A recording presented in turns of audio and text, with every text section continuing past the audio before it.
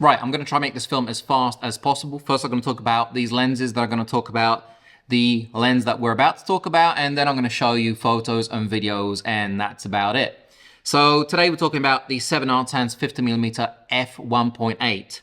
This is the Viltrox 50mm f1.8. This is the Sony 50mm 1.8, and this is the Sony 50mm 2.5.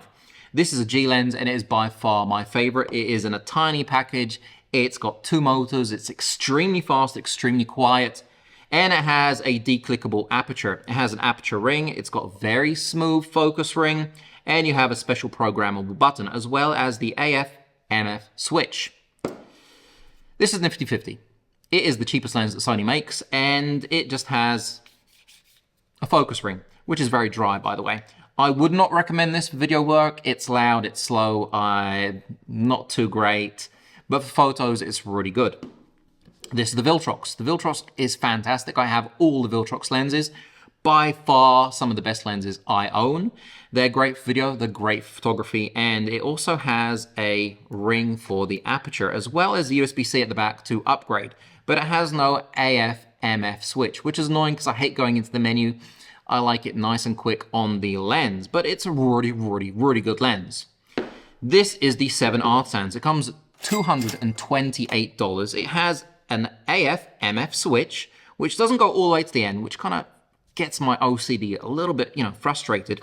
It has the aperture ring, which goes from 1.8 to f16, and then it goes to the red line, which is automatic. And you can then change it in your camera. It has a USB-C at the back for firmware upgrades. It doesn't have any rubber gasket. And at the front, we have 62mm filters. It is a heavy lens. The one thing I don't like about it is the focus ring. It has a lot, and I mean a lot of reduction.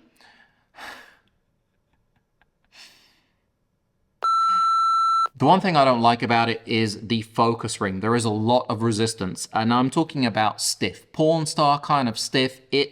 It's hard to turn, whereas the Viltrox, really nice and smooth. It's nowhere near as small as the Sony, as you can see, but it is an f1.8. This is an f2.5.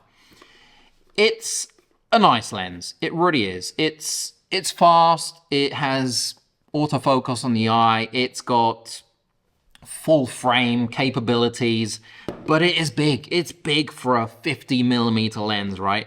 It's heavy. It's about 460 grams or something.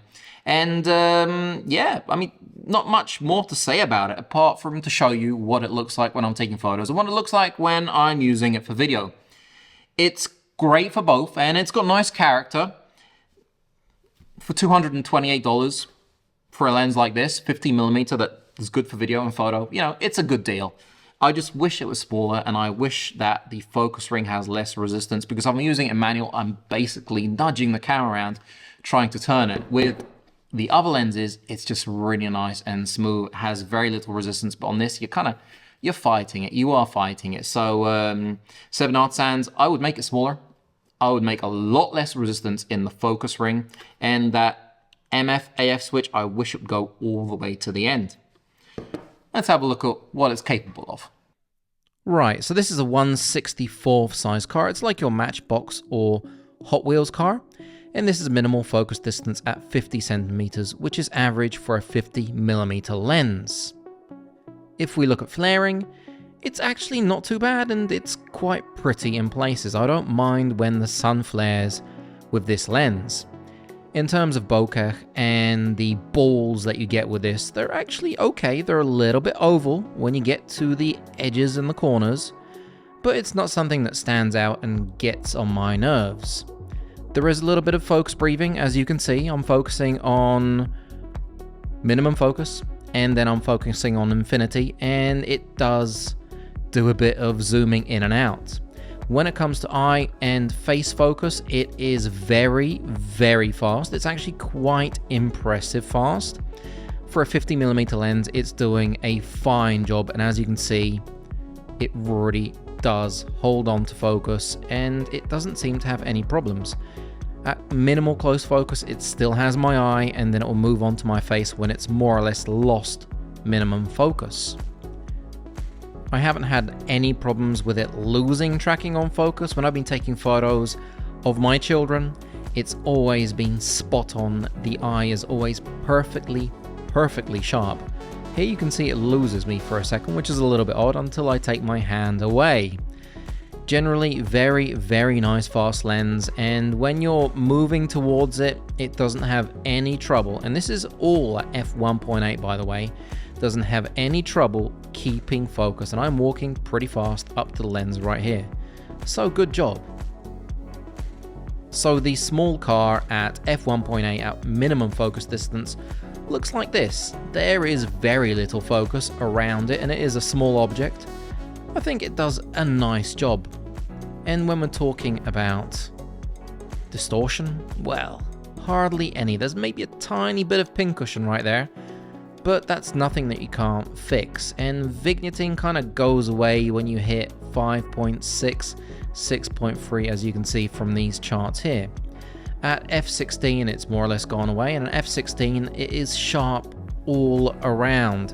Now, the great thing about this lens is that it basically is sharp all the way up to f1.8. As you can see through these charts, the middle and the edges are very sharp, no matter what f-stop you're on.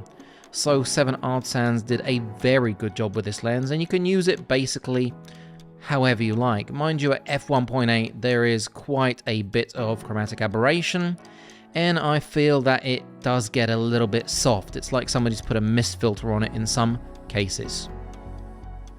Looking at some very simple 4K slow motion shots, you don't get to see anything that you see in the charts. It looks nice, it looks clean, it looks sharp, it looks, well, I'm gonna say it looks cinematic, it looks really good. You can't actually see any of the vignetting, and by the way, all these shots are at 120 frames per second, 4K, and they're all filmed at f1.8, so you guys can have a little bit of a feel of what it looks like when it's filming in fully open. I think it does a nice job. It's really sharp, it's got a nice character, it's not clinical, but it does a nice job. Anyway, let's have a look at some of the photos I've taken with it. Now, I've basically been walking around with this lens on my neck for a few days, taking photos of anything I can think of, anything I can see, any light that interests me, basically just shooting them off, and I thought I would share a few of them with you when it comes to light, when it comes to portraits, when it comes to simple, everyday kind of things that you would shoot. These flowers look fantastic, the city looks great, my family, my son, my daughter, they all look really good with the f1.8 lens. And I don't know if you guys can see, but it's really sharp. It's, by the way, all once again shot at f1.8, so you guys can get an idea of what this lens looks like when it's close, when it's far away, when it's shooting a portrait, how it kind of blurs the background for you. It's really nice. I enjoy it. Sure, it's a little bit large, and it is no doubt the largest Nifty 50 I own, but at the end of the day, it does a fantastic job.